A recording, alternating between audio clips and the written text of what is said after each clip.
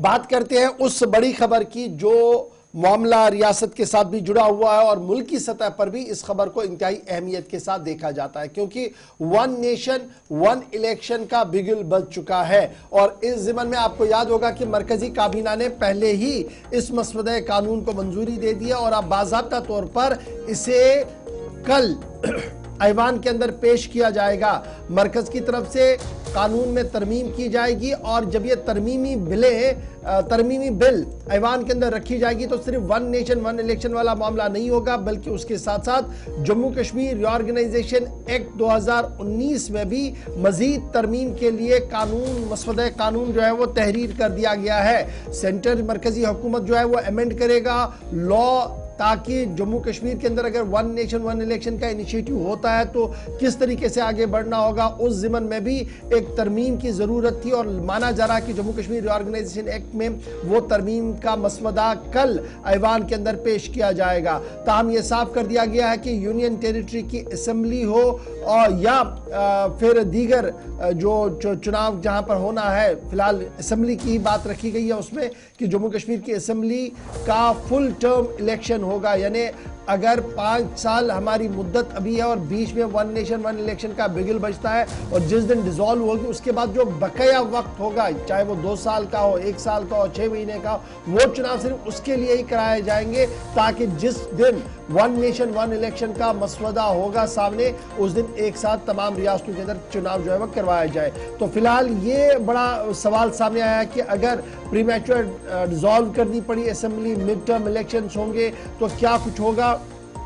तो उसलिए ये तरमीम जो है वो यहाँ पर लाई गई है। यूनियन गवर्नमेंट की तरफ से बाज़ाब्ता तौर पर कल जम्मू कश्मीर रीऑर्गेनाइजेशन एक्ट 2019 में कुछ तरमीमें की जाएंगी और ये ध्यान में रखा गया है कि वन नेशन वन इलेक्शन का जो इनिशिएटिव है उसको ध्यान में रखते हुए ये तरमीम जो है वो लाई जा रही है। उसके साथ साथ बिजनेस जो शेड्यूल किया गया है लोकसभा के अंदर मरकजी law minister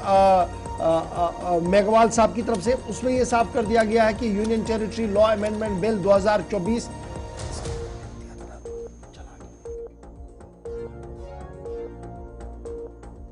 territory amendment bill 2024 जिसे चेंज किया जाएगा वो जनाब होगा 1963 एक्ट, जो यूनियन टेरिटरी एक्ट 1963 है उसके तहत ही चेंज होंगी। नेशनल कैपिटल जो दिल्ली वाला है हमारा, यूटी दिल्ली है, 1991 एक्ट के तहत उसमें भी तरमीम होगी और जम्मू कश्मीर रीऑर्गेनाइजेशन एक्ट 2019 में भी तरमीम लाई जाएगी। ये साफ कर दिया गया है लॉ मिनिस्टर की तरफ से,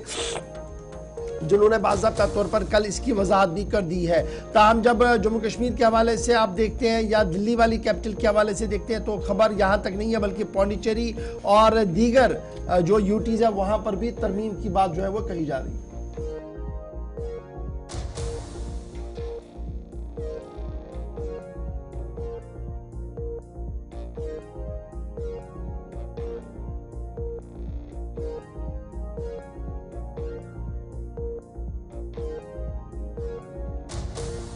कि कल जब ये तरमीम लाई जाएगी तो उसमें सबसे अहम बात जो अभी तक हमारे पास ज़राए से खबर है वो यही है कि जम्मू कश्मीर असेंबली को अगर मिड टर्म इलेक्शंस के लिए जाना पड़े, डिसॉल्व 5 साल से पहले होती है, तो ये जो मिड टर्म इलेक्शंस होगा वो सिर्फ उस